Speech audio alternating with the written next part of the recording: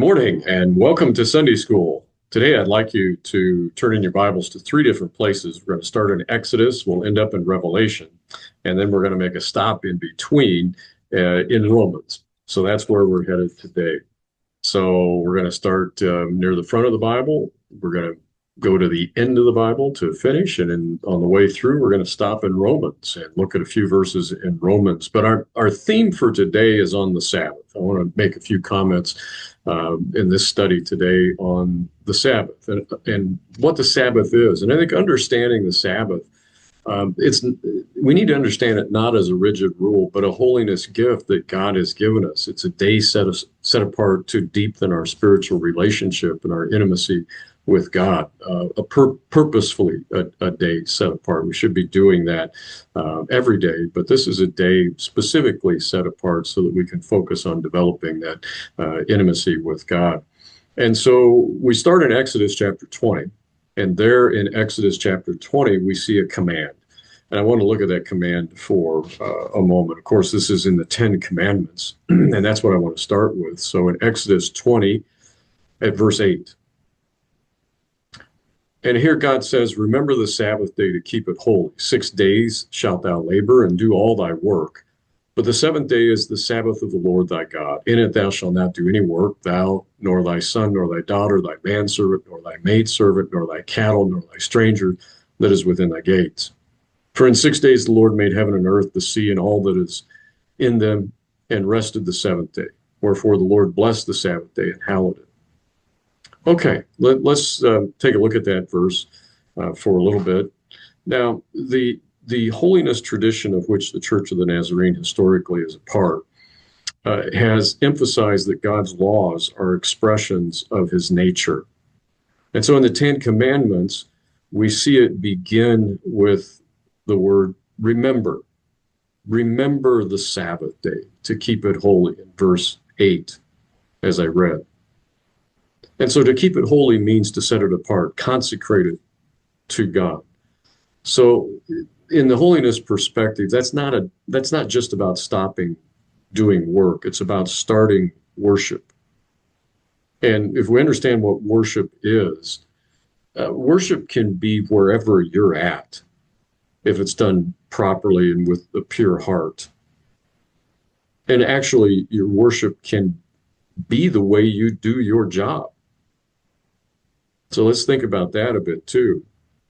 So we see the consecration part of it, and then we see the pattern of creation. Because God said, "I created the world in 6 days, and on the seventh day I rested."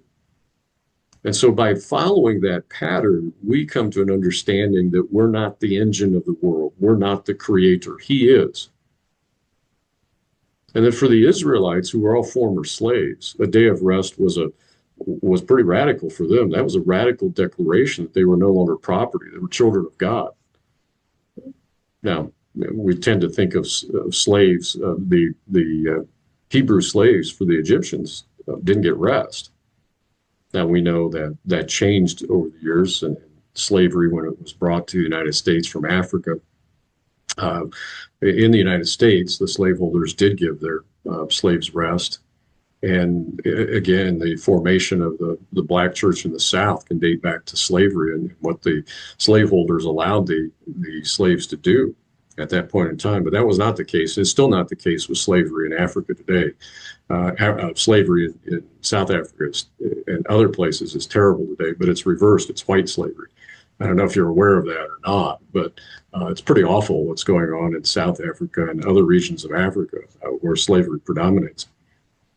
So the Sabbath day is a day to consecrate, to focus specifically on relationship with God. And it follows God's pattern, and it's a sign of freedom. And then we see, if we go to Romans chapter 14, so as we work our way through the Bible, go to Romans in the New Testament, chapter 14, and this is Paul that is writing this. And in Romans chapter 14, starting at verse 4, he says, "Who art thou that judgest another man's servant? To his own master he standeth or falleth. Yea, he should be holding up, for God is able to make him stand.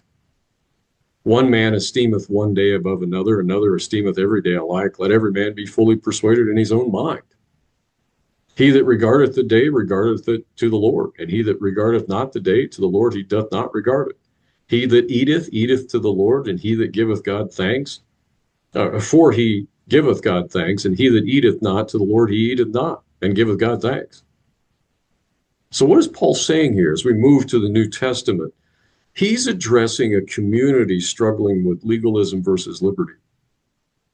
And he's arguing that whether or not you observe a special day or you treat every day alike, the goal is the same. Do it unto the Lord.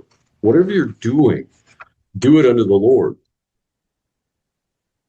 And he also goes on to really say holiness is inward purity. If we use the Sabbath to judge others and their so-called lack of piety, then we've missed the holiness of the day, he says. So a holiness perspective suggests that while we have liberty, we should use that liberty to choose what brings us closer to Christ. The question isn't what can't I do, but the question is what should I be doing to honor him? That's the key. And that's what Paul is saying here. That's how you should understand those verses. Then go to Revelation. And we'll look at Revelation chapter 1. This is John the Revelator. And he says in verse 10, I was in the Spirit on the Lord's day and heard behind me a great voice as of a trumpet. That doesn't just mean he was happy on Sunday. He was in the Spirit on the Lord's day while in exile on the island of Patmos. So this shifts our view of the Sabbath from a duty to a spiritual encounter. So early Christians moved from the Saturday Sabbath to the Sunday Lord's Day to celebrate the resurrection. So even in a literal prison, again, he's exiled on the island of Patmos. So, or even in a metaphorical sense, to bring it back, to personalize it, maybe in our own literal prison of stress and labor, the work that we do, the Lord's Day is an opportunity to be in the Spirit. It's a weekly foretaste of the eternal rest that we'll find in heaven. So if holiness means being set apart, which it does, how does your current Sunday routine look different from the other 6 days of the week? Now, I work every day of the week, but there are some things I don't do or try to avoid on Sunday. I try to avoid buying things on Sunday. I don't want to make somebody else work. I try to avoid using restaurants. Now, I can't do that when I'm traveling. So you got to be flexible on these things. But there are some things that I don't do on a Sunday that I don't mind doing on other days of the week. And with my schedule the way it is, it's hard to conform to that all the time. But you should have a mindset that, Sunday's a little bit different in some respects.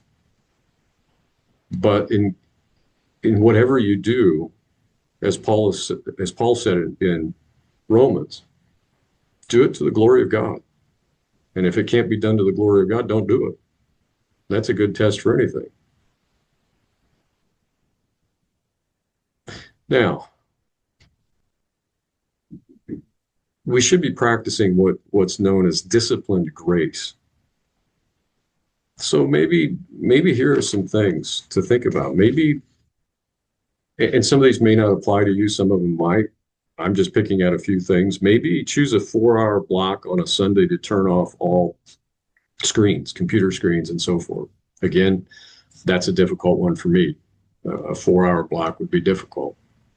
Although I usually accomplish at least 3 hours of that on a Sunday because I'm at church, Sunday school and church.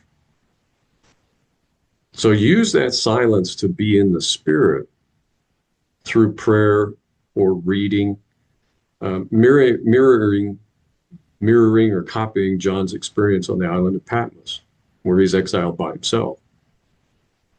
Or follow the example of Jesus, who taught that the Sabbath was made for man. Use part of the day to perform acts of kindness or visit someone who's lonely. Holiness is often expressed through love. And then in light of Romans chapter 14, spend time writing down how God has provided for you during the week. That shifts the focus from your labor to his provision. And if we think hard enough, sometimes we don't have to think too hard, we can think of the way that we can see, once we reflect on it, how God has helped us through the past week. So in Exodus 20, there's a separation there in the Ten Commandments. Stop the ordinary to make room for the extraordinary. And then what Paul is saying in Romans chapter 14 is check your heart. Are you resting for God or for show? And then what John says in Revelation is open your ears to hear what the Spirit is saying. Sometimes you just have to get away from the hustle of the world and just get quiet. I like to come home from church on a Sunday and just take a walk. Go up to it might have been a week or two since I've seen the north end of the property. I'll go up to the north end of the property, check my trees, just check fences, those types of things. But listen to the birds. I like to hear the owls when I hear them. Sometimes we have barred owls at the Kansas place, and they're often loud at night. But sometimes I'll hear them throughout the daytime too, off in the woods at a distance. Or I'll come across a raccoon that's up in a tree that is watching me as I walk past. Just observe those things. I like to do that on a Sunday. And it gives me a chance to think of memories that I have in my mind that go back to my childhood. So I think we should thank God for the gift of the Sabbath, not as a burden of rules, but as a rhythm of grace. Let's put it that way. And ask God to help you set aside the noise of the world so that we can hear God speaking to us. And may our rest be an act of trust. And then our worship be a reflection of his holiness. So we should tune our hearts to be in tune with the Spirit. There's a chorus that uses that phrase. So that every day that we live is an offering to God. That should be your prayer. That's my prayer for you today. But think of that, maybe a different way of thinking about the Sabbath. Yes, it is one of the Ten Commandments, but what does that really mean? And how do we apply that to our own lives? And I think Paul's message to the Romans here is, whether you observe the Sabbath or not, the goal is the same. Do it unto the Lord. Whatever you're doing, do it unto the Lord. That can be your Sabbath. And holiness is inward purity. So we can't use the Sabbath to judge others and their supposed lack of piety. If so, we're missing the holiness of the day. Would it be great if the church there were filled every Sunday? Absolutely. Boone has always puzzled me as to why in a town that size, the church can't be full. Why so few? I don't know. Part of it, I suppose, is the world we live in. It's not just the Boone Church that struggles finding people. And I know the ministry is much broader than those that actually attend. But it would be nice, wouldn't it, if people would attend. But use our liberty and use your liberty in the Lord to choose what brings you closer to Christ. The question isn't, again, what can I not do, but what should I do to honor him? So think on those things this week. And hopefully that'll bring you closer to Christ as you think about the Sabbath and what the Sabbath means. And my prayer is that God's presence will be evident with you in the service today, and may Brother Merle feel God's presence as he brings the morning message to you. And I'll see you next time.